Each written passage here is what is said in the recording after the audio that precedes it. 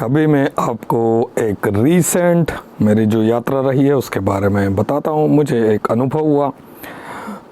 वो अनुभव कुछ ऐसा था। मैं ट्रेन में सफ़र कर रहा था। ट्रेन में सुबह सुबह स्टेशन आया कोई सा, है ना। ट्रेन धीमे होने लगी और मुझे अजान की आवाज़ सुनाई देने लगी। 1 2 3 एक के बाद एक ऐसी अजान की आवाज़ आने लगी। मुझे लगा कि भोपाल आ गया है, क्योंकि भोपाल में बहुत सारे मुसलमान हैं। तो भोपाल में ये बिल्कुल नॉर्मल होगा कि भाई मस्जिदें बहुत सारी हो सकती है, इसीलिए मुझे इतनी एक के बाद एक अजानों की आवाज़ सुनाई देने लगी। लेकिन ऐसा नहीं था। वो स्टेशन भोपाल नहीं था बल्कि इटारसी था।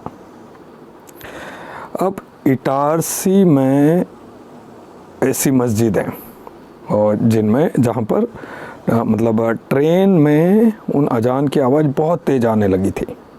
मतलब वो ट्रेन के कहीं स्टेशन पटरियों के पास ही होगी वो सारी मस्जिदें।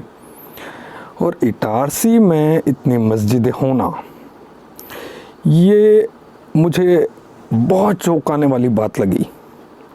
भोपाल में अगर ऐसा होता है तो नॉर्मल है, लेकिन इटारसी में अगर ऐसा हो रहा है तो वो बहुत ख़तरनाक है, बहुत ही ज़्यादा ख़तरनाक है। क्योंकि इटारसी में ऑर्डिनेंस फैक्ट्री है। इटारसी के पास बिल्कुल इटारसी से लगा हुआ ऑर्डिनेंस फैक्ट्री है। ऑर्डिनेंस फैक्ट्री यानी कि आयुध निर्माण। आयुध निर्माण क्या होता है? मिलिट्री, जो हमारे सेना के जो सामान बनते हैं, है ना, सेना के लिए जो सामान बनता है वो उस ऑर्डिनेंस फैक्ट्री में बनता है और वो इटारसी के पास है, इटारसी से लगा हुआ है। और इटारसी में ये जो मस्जिदें इतनी खड़ी हो रही है, हो चुकी है ना, ये इन हमारे नेताओं को और ना हमारे डिफेंस को समझ में आ रहा है कि ये मस्जिद नहीं, ये इस्लामिक मिलिट्री के बेस है और ये इटारसी में खड़े हो चुके हैं। और बिल्कुल स्टेशन के पास में, मतलब जहाँ मतलब अगर रेलवे से कोई सामग्री भेजनी हो हमें, ठीक है, वहाँ से अगर इटारसी से कहीं जाएगी, भेजना होगी सेना के लिए, तो इटारसी में मस्जिद है और वो स्टेशन के रेलवे के पटरियों के आसपास ही है।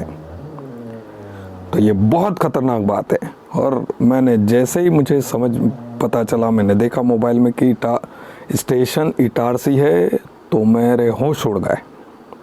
तो ये बहुत बारीक सा अनुभव रहा है अभी मेरी एक रिसेंट यात्रा के दौरान। और मुझे लगा कि ये अनुभव मुझे आपको बताना चाहिए ताकि आपके भी ऐसी नींद खुले और आप भी ऐसे चौकन्ने हो जाएं। आप ऐसी जानकारियाँ पाएंगे तभी आपका दिमाग खुलेगा। और इस वीडियो को शेयर करें लोगों को, ताकि लोगों को भी पता चले कि आखिर इस्लाम है क्या। लोग मस्जिदों को नॉर्मल आध्यात्मिक केंद्र समझ रहे हैं, बल्कि वो मिलिट्री के अड्डे हैं। उम्मीद करता हूँ मेरी ये बात हमारे देश के नेताओं को, इस देश की जनताओं को, हिंदुओं को ये बात समझ में आएगी कि इस्लाम आखिर है क्या।